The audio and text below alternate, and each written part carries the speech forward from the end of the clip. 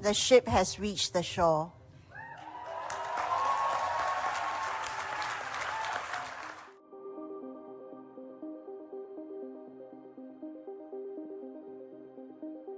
I mean, this is huge. This is really, I think, a keystone agreement if we're going to try and protect 30% of the ocean.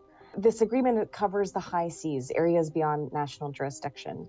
And the high seas make up 2/3 of our ocean, and they cover almost half of the surface of our planet. So they're vast. And if we do have a goal of protecting 30% of the ocean, the high seas need to be part of that solution. And before, we didn't really have a clear pathway of protecting these areas, these international waters, not in a sort of fully protected marine protected area or marine reserve. But now that's what this new treaty does, is it gives us that opportunity. It gives us the legal framework that we can use to establish protected areas in the high seas.